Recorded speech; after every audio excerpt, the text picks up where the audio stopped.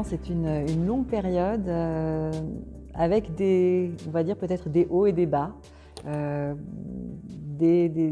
plutôt une politique assez volontariste, notamment cette dernière en date avec la maire de Paris, Anne Hidalgo, qui dans la précédente mandature a voulu mettre en place un véritable plan édifice cultuel, un plan église, qui permet d'avoir une somme importante pour mener à bien sur un temps long un certain nombre de restaurations de façon à avoir des résultats tangibles. Et je crois que depuis la précédente mandature, et encore plus dans celle-ci, on s'aperçoit du nombre d'édifices qui ont été restaurés.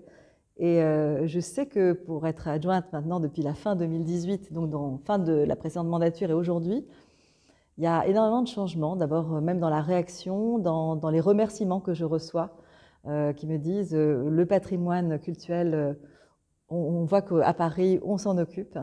Et c'est à force, évidemment, de chantiers qui sont mis en place, d'échafaudages qui sont montés, et évidemment des temps d'inauguration qui sont de plus en plus nombreux. Et si on remonte au temps précédent, où je n'étais pas aux affaires, je n'étais pas adjointe en charge du patrimoine, et comme je le dis souvent d'ailleurs, c'est en étant adjointe en charge du patrimoine que je comprends mieux et que j'ai mieux compris ces enjeux. D'abord, de la place qui est celle de ces édifices cultuels dans la ville, leur importance, du point de vue, évidemment, pour les catholiques, si on parle ici des catholiques, mais bien sûr, puisque ce sont des lieux de culte qui permettent le culte, mais pour les Parisiens qui ne sont pas forcément catholiques ou qui sont athées ou autres, ce sont des éléments architecturaux majeurs de la ville qui participent de la beauté de cette ville, qui sont d'ailleurs souvent issus des mêmes architectes qui ont construit, par exemple, les mairies d'arrondissement, l'hôtel de ville, si on prend par exemple Théodore Ballut, ou bien sûr Hittorf, qui aura fait un certain nombre d'édifices cultuels, et en même temps, bien sûr, la place de la Concorde, pour ne citer qu'elle. Mais donc il y a aussi cette notion qu'à une certaine époque, au XIXe siècle notamment, puisque la plupart des églises parisiennes sont issues finalement de ce programme haussmannien qui a voulu aussi mettre, non pas l'église au milieu du village, mais l'église au centre de Paris. Et je crois que ça a été quelque chose de très important dans la construction de cette ville haussmannienne, à la fois de faire ces très belles places ornées de sculptures, de fontaines, et souvent, au bout d'une avenue, on peut même penser à Saint-Augustin, par exemple. On sait que ce boulevard Malesherbes donne cette perspective directement avec cette volonté qu'au bout de cette perspective, il y ait Saint-Augustin, comme on a pu trouver au bout de l'avenue de l'Opéra, l'Opéra Garnier. Il y a cette volonté, en fait, et cette nécessité aussi de dire que, évidemment, les églises sont des lieux de culte, mais elles font partie de manière intrinsèque de la beauté de cette ville et de la richesse architecturale. Par ailleurs, je crois que cette richesse architecturale qui se lit très facilement quand on se balade dans la ville, c'est aussi une façon d'ouvrir une encyclopédie sur l'histoire de l'art à portée de main, à portée de vue.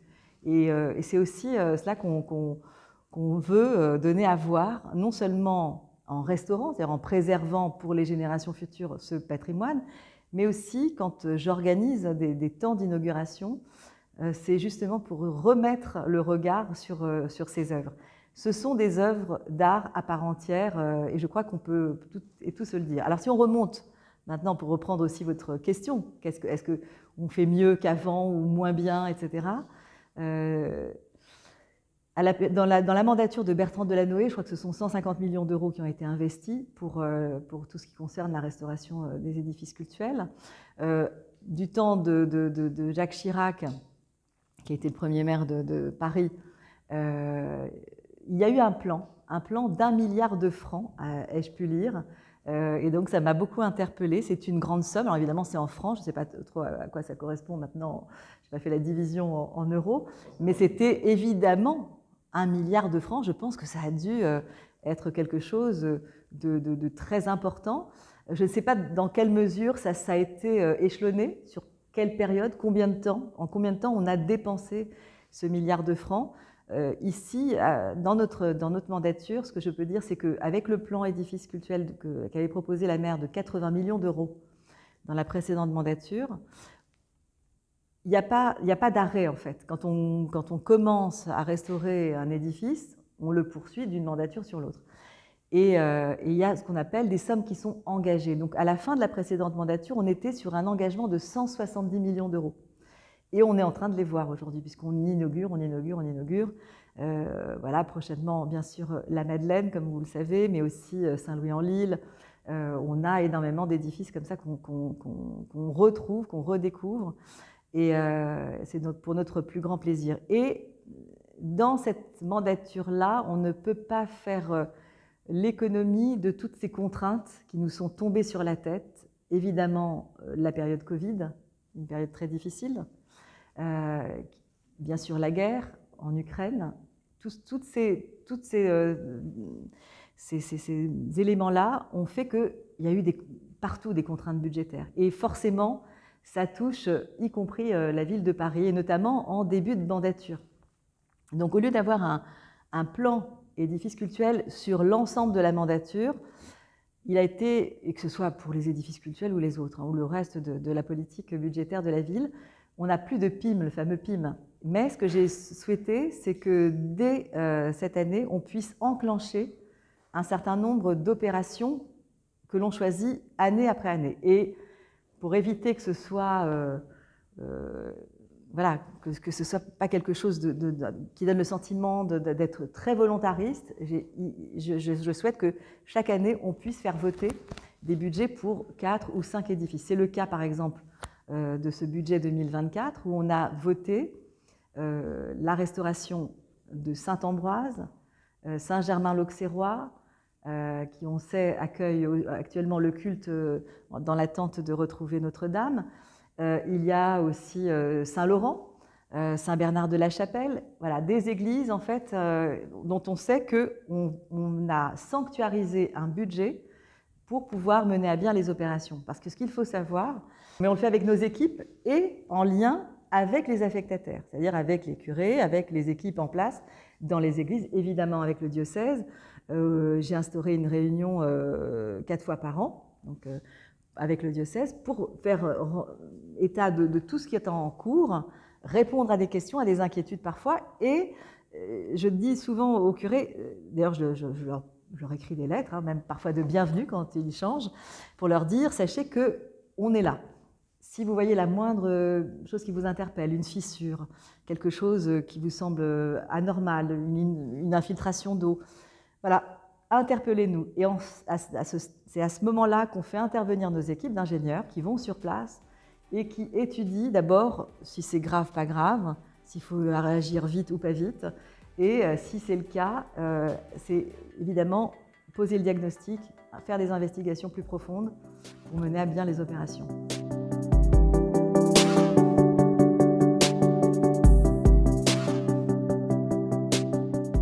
En fait, le clocher, il renvoie souvent à quelque chose de l'ordre de la ruralité, de la proximité.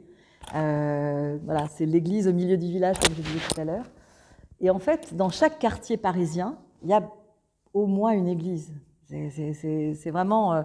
pour quelle raison? Parce que d'abord, c'est vrai que les catholiques ont été présents, bien sûr, dans cette ville depuis très longtemps, qu'au fur et à mesure de l'agrandissement de cette ville, et notamment en 1860, avec l'annexion des communes voisines, eh bien, il y avait de plus en plus de monde dans les églises, donc il a fallu agrandir. Et c'est pour ça qu'à cette période-là, au XIXe siècle, on a souvent agrandi, transformé même des églises qui étaient des petites paroisses et qui sont devenues de très très grandes églises. On voit le cas à Saint-Eustache notamment, l'une des plus anciennes églises de Paris, dont on a vu avec toutes les successions de transformations, parce qu'il fallait justement répondre à une demande. Donc, je crois que c'est évidemment. Alors aujourd'hui, est-ce que les gens sont plus croyants qu'avant, moins croyants? Je ne sais pas. Mais en tout cas, il y a cette notion, je le sens vraiment profondément, c'est qu'il y a cette volonté de préserver ce patrimoine parce qu'il fait partie de la ville. Il est, comme je l'ai dit tout à l'heure, intrinsèquement lié à la ville. dans son architecture, dans sa relation à son quartier. Et même si les gens ne sont pas catholiques, je pense qu'ils aiment voilà, avoir cet édifice près d'eux. Ça fait partie finalement de ce quotidien qu'ils aiment. Et tout à l'heure, j'en parlais avec notre responsable de la conservation des œuvres d'art religieuses et civiles. Elle me disait, à propos de clochers, elle me disait que si la loi de 1905 avait fait en sorte que les affectataires soient maîtres des clés de l'église, la ville de Paris qui est propriétaire peut avoir les clés, en tout cas, du clocher. Pour la raison qu'on connaît, en cas d'alerte, on n'espère pas qu'il y en aura. On préfère que les clochers soient là pour des moments de joie et des moments de culte. C'est leur vocation. Et puis je me dis, j'imagine que le 8 décembre, quand Notre-Dame va réouvrir, peut-être que les cloches de Paris vont sonner à l'unisson. Et ce sera l'occasion peut-être de les entendre ce jour-là. Mais je trouve qu'on ne les entend pas vraiment, les cloches des églises.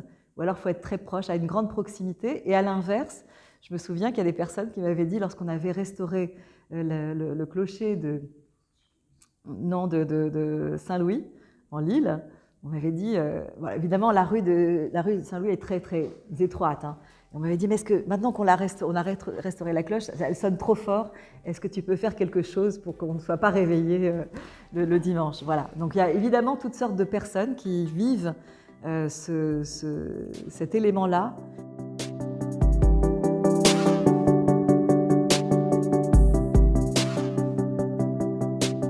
Je fais partie de ceux persuadés qu'il faut faire intervenir de plus en plus d'autres facteurs pour pouvoir aller plus vite dans la restauration.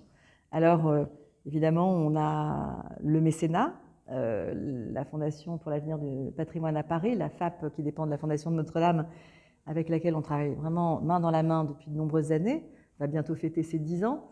Et c'est dire si, en quelques années, une énorme dynamique s'est créée pour pouvoir aller plus loin. On a tous compris que, de la même manière qu'on a le fameux budget participatif, qui est un outil financier budgétaire proposé par la ville de Paris, qui fait que les Parisiens eux-mêmes choisissent ce qu'on va faire avec telle ou telle enveloppe budgétaire, et bien de plus en plus, c'est évidemment pas pour me décevoir, que les gens se tournent vers le choix patrimonial et le choix de restauration, que ce soit des décors peints, que ce soit des tableaux, évidemment, parce que la seule chose, c'est que moi, je ne souhaite pas, en revanche, que le mécénat serve à couvrir ce qui nous incombe, c'est-à-dire le clos et le couvert, la sécurité. Ça, c'est à nous de le faire. En revanche, tel ou tel décor, voilà, on est dans un cadre artistique, esthétique, et je pense que là, on peut faire intervenir d'autres personnes qui vont avoir une certaine sensibilité, et je pense aux mécènes qui, parfois, eux-mêmes, voilà, proposent, parce qu'ils aiment cette église, parce que cette église renvoie à quelque chose de sensible, de passionné parfois, d'intime, et qui viennent proposer d'eux-mêmes un mécénat. Ça a été le cas, on peut le dire, de la famille Pinault, notamment à Saint-Sulpice, qui a fait don d'1,5 million d'euros pour la restauration de la chapelle de la Vierge. Donc c'est une énorme restauration qui va avoir un coût très important, mais ça a été cette volonté personnelle. C'est des éléments comme ça qui sont très importants pour nous, qui sont de toute façon dans une dynamique. Au départ, c'était, voilà, il fallait mettre les choses en place, et aujourd'hui, ça se fait de manière très régulière. Et je vais vous dire aussi, j'ose même le dire, encore tout à l'heure, j'étais à Sainte-Marie-des-Batignolles. Alors, il n'y avait pas d'urgence, en fait, mais on voit bien que l'église est empoussiérée, qu'elle mériterait de retrouver un éclat, une lumière qu'elle a perdue parce que il y a des années et des années de poussière, de pollution atmosphérique, etc. Et donc, je suggérais au curé, j'ai dit, bah, écoutez, on me disait que l'église Sainte-Marie-des-Batignolles allait fêter ses 200 ans en 2029. Je dis, écoutez, vous avez jusqu'à 2029 pour essayer d'enclencher une dynamique auprès de vos paroissiens et dire s'ils veulent participer. Évidemment, la ville sera là, mais si on veut faire la totalité d'un grand nettoyage, pas vraiment une restauration, il faut quand même qu'on puisse être aidé. Ça a été le cas notamment de Notre-Dame d'Auteuil. Lorsque je suis arrivée en tant qu'adjointe, avec beaucoup de naïveté, on me dit, le curé me dit, nous avons une possibilité d'avoir 1 million d'euros de mécénat, ce qui est une somme énorme. Ça veut dire qu'il y a des paroissiens, les uns après les autres, qui ont donné de l'argent pour restaurer, pour redonner de la beauté à leur église. Et alors, il n'était pas question de faire cette restauration parce qu'on savait d'emblée qu'elle allait coûter 2,5 millions d'euros. Donc il fallait rajouter ce différentiel. Évidemment, je suis allée voir mon collègue en charge du budget et j'ai dit on ne peut pas dire non à des gens qui se sont réunis et qui ont collecté 1 million d'euros. Ce n'est pas possible. Même si, et donc il a fallu trouver ce 1,5 million manquant, et même ces 2 millions, puisque finalement ça a coûté 3 millions. Et j'en suis très contente. Aujourd'hui, on l'a inauguré. Et je crois que, indépendamment de la satisfaction de tous les paroissiens, de tous ceux qui rentrent et qui redécouvrent un décor absolument superbe, je crois que pour la ville, ça a été une leçon de se dire c'est possible en fait de faire ce genre de démarche ensemble pour créer une dynamique, une synergie et aller plus vite. Parce que, comme je le dis à chaque fois, ça ne veut pas dire qu'on ne va pas le faire, mais ça ne veut pas dire qu'on va le faire maintenant. Alors si on veut que ça soit fait plus vite, il faut qu'on s'y mette à plusieurs. C'est un peu ça en fait l'idée du mécénat, c'est vraiment l'idée d'aller plus loin ensemble.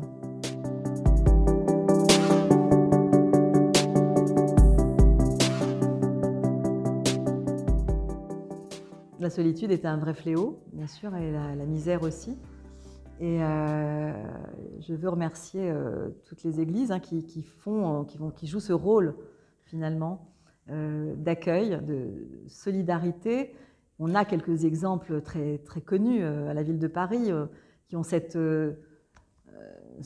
tradition finalement d'accueil des plus fragiles. Je pense à Saint-Méry, qui en plus sont en lien avec l'association San Egidio, et qui connaissent finalement ce sujet-là de la pauvreté, de la misère, de la solitude et de cette main tendue qu'on doit donner. Alors, moi, je veux vraiment remercier ces églises qui font ce travail parce qu'elles sont aussi, dans la ville, des acteurs de solidarité dont on a besoin. Parce que là encore, c'est un travail qu'on ne peut pas faire seul.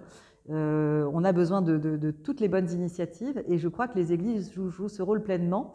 Je pense évidemment à Saint-Eustache avec la soupe qui s'était réunie pendant très longtemps devant la façade. Maintenant, ce n'est plus le cas puisqu'on a restauré, comme vous le savez, l'entrée principale, donc le massif d'entrée principale de Saint-Eustache. Mais actuellement, ce sujet-là est en cours de travail, de réflexion pour redonner sa place à cet accueil et à ces repas qui sont distribués aux plus démunis. Et c'est un sujet qui nous préoccupe. Donc je sais que la plupart des curés que l'on rencontre ont à cœur de répondre à ces difficultés qui traversent les siècles en fait. On n'est pas dans une nouveauté, mais en tout cas ce qu'il faut qu'on se dise, c'est qu'on est tous ensemble à devoir œuvrer dans la même direction quand il s'agit de solidarité.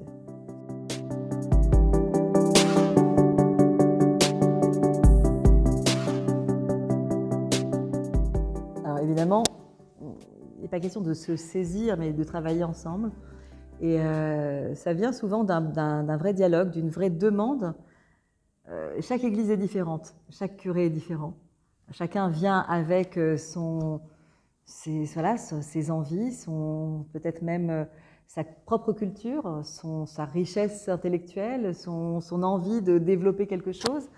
Et forcément, on va trouver des églises qui sont plus proactives que d'autres, qui vont se saisir de cet événement qu'est Nuit Blanche pour dire on ouvre nos portes pour pouvoir transformer, donner en tout cas à l'Église une autre vocation, le temps d'un soir, d'une nuit, Et puis, bien sûr, on n'oublie pas que Paris, grâce aux orgues, aux grandes orgues qui sont dans les églises, et comme disait Bertrand Delanoë, la capitale mondiale de l'orgue. On a 126 orgues à Paris, un 127e qui arrive prochainement, que l'on a repris d'une église désacralisée de Rouen, donc Saint-Nicaise, et qui va venir à l'église de Saint-Esprit dans le 12e arrondissement.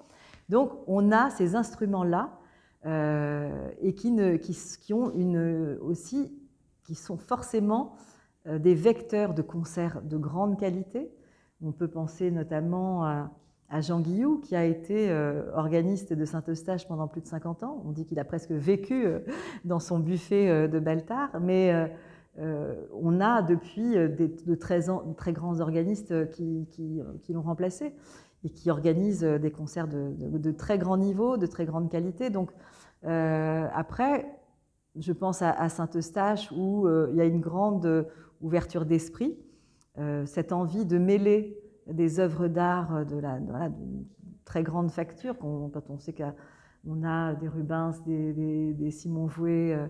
Évidemment, l'arrivée d'un Keith Haring, ça fait débat en vérité, et puis ça plaît.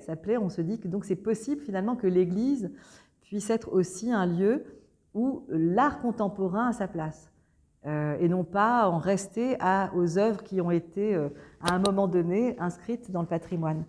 Et finalement, c'est cette volonté sans doute de vouloir faire bouger les lignes. Nous, on travaille beaucoup avec Art, Culture et Foi, c'est une association qu'on soutient et qui fait un énorme travail justement de connaissance des œuvres dans les églises. Et ils reçoivent une subvention importante de la ville. On connaît la qualité de leur travail, non seulement en termes de guide, mais parce qu'ils vont toujours un peu plus loin. Ils essayent toujours d'améliorer tout ce qu'ils peuvent proposer, notamment en traduisant dans d'autres langues, en proposant des choses un peu numérisées, etc. Et donc, pour nous, c'est aussi une façon de dire que l'importance des œuvres, et on sait à Paris notamment, voilà, je disais Rubens, mais on a des Delacroix, on a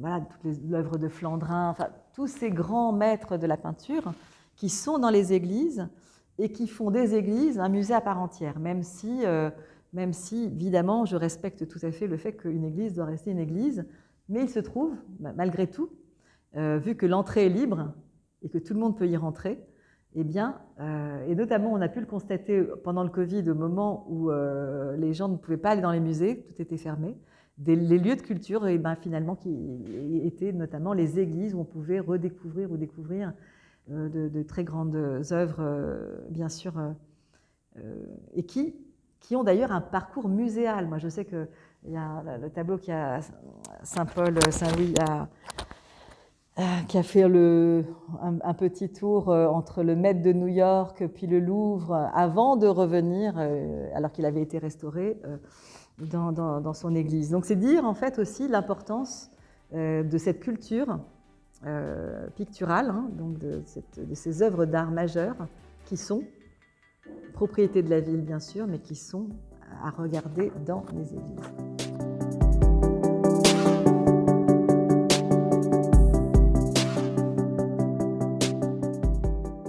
On va dire que, on peut presque dire que les plus belles œuvres sont déjà dans les églises. Dans les réserves, il y a un certain nombre d'œuvres, plus de sculptures finalement que de peintures.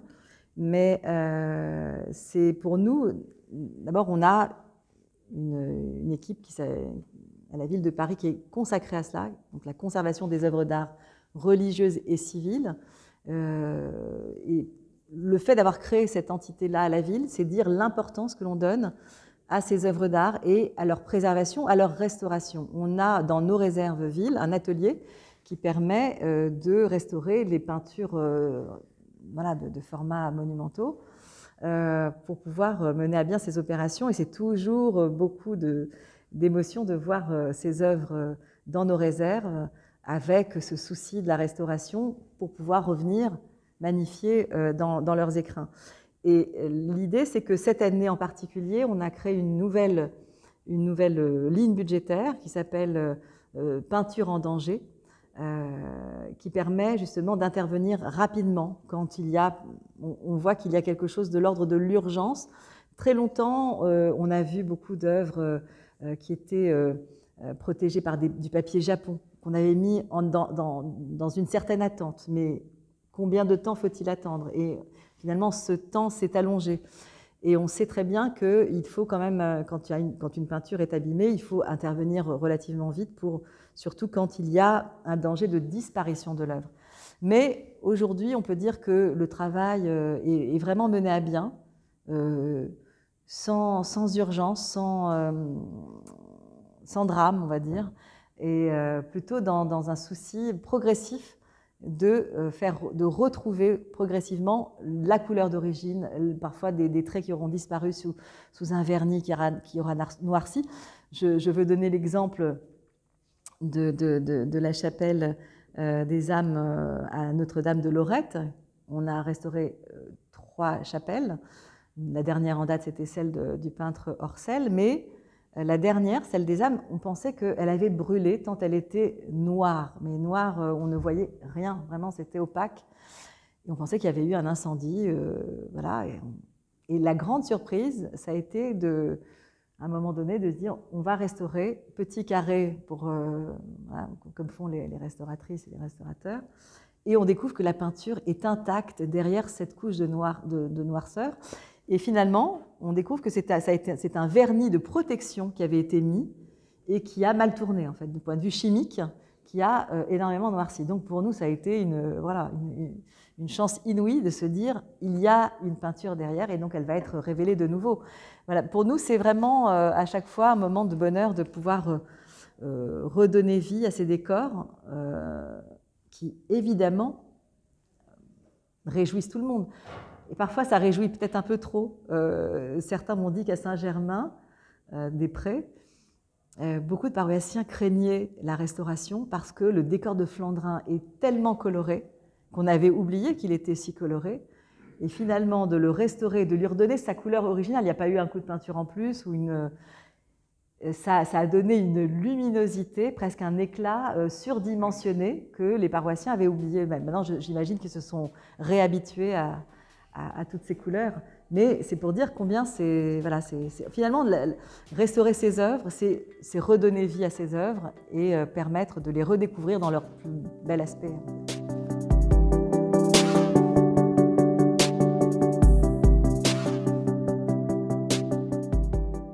On a tous une responsabilité vis-à-vis de l'autre, quelle que soit notre place dans la société, et quelle que soit notre religion. Et je pense que le dialogue interreligieux, il est évidemment nécessaire, il est utile, il joue son rôle. D'ailleurs, il y a des arrondissements, je pense au 12e arrondissement par exemple, qui ont cette culture de la relation interreligieuse depuis de très nombreuses années, et ça fonctionne très bien, y compris dans les moments où c'est difficile, y compris dans les moments où les choses semblent dégringoler.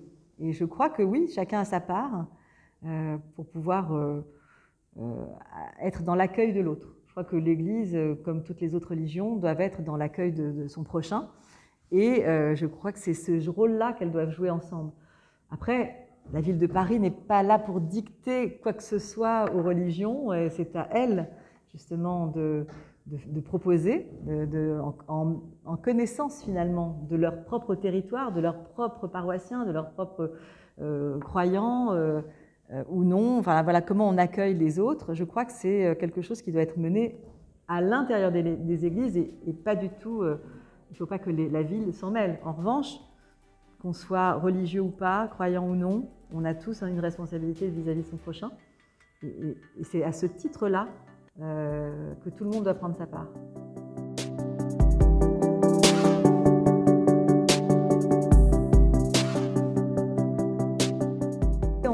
On a fait quelque chose dans le cadre d'un pèlerinage de Compostelle, de Saint-Jacques-de-Compostelle.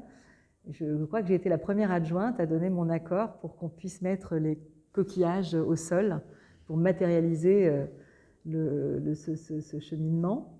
Et je sais que ça avait donné beaucoup de satisfaction, les gens étaient très très contents. Je crois que j'avais annoncé ça un jour décembre m'avait dit c'est un cadeau de Noël. Enfin bon, voilà, c'était un moment très, très reconnu. Oui, après, c'est vrai que Saint-Jacques-de-Compostelle, c'est un chemin connu à l'international, qui a une longue histoire derrière. Mais les parcours qu'on peut faire sont souvent aussi, peuvent être menés par des associations comme Art, Culture et Foi. Il ne faut pas toujours attendre de la ville. D'abord, on n'aurait pas le temps de tout faire. Hein.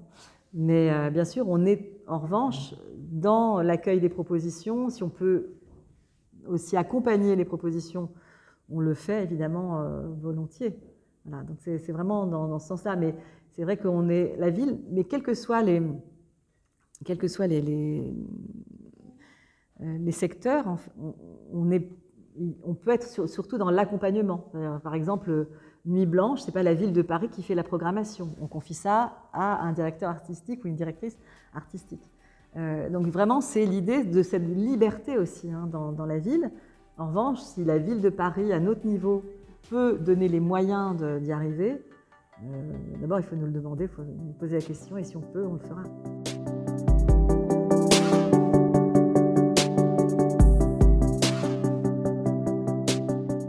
Alors, on est dans une campagne de classement de l'ensemble des édifices cultuels qui est menée avec la DRAC, mais ça remonte à bien longtemps avant nous, puisque sur les 95 édifices cultuels, 67, la plupart des églises, sont classés monuments historiques. La 67e a été en effet la basilique du Sacré-Cœur, et je suis d'ailleurs très proactive dans cette affaire, puisque j'ai mené cette proposition, même si il y a toujours eu des débats sur peut-on classer le Sacré-Cœur qui a une histoire avec la commune, etc. J'ai essayé en fait de faire en sorte, là encore, de faire valoir la part architecturale de la basilique. Et d'ailleurs, j'ai été assez impressionnée par les fondations de la basilique du Sacré-Cœur. J'ai pu, notamment en réunion de CRPA, voir à quoi ça ressemblait, et ça a été une œuvre incroyable. En plus, faite sur plusieurs étapes, hein, plusieurs années. Ça a commencé au 19e, ça s'est fini quasiment au milieu du 20e. Et puis, c'est une basilique qui est voilà, un peu comme le nez au milieu de la figure pour Paris. Tout le monde connaît la basilique du Sacré-Cœur. Ce qui est étonnant, c'est que certains ne la trouvent pas très, très délicate dans son architecture. Moi, j'aime bien, j'avoue. Mais tous ces considérants-là ont été écartés pour dire ça fait partie de Paris. Et donc, voilà, au même titre que les autres églises ont été classées monuments historiques pour leur caractère monumental et leur caractère historique.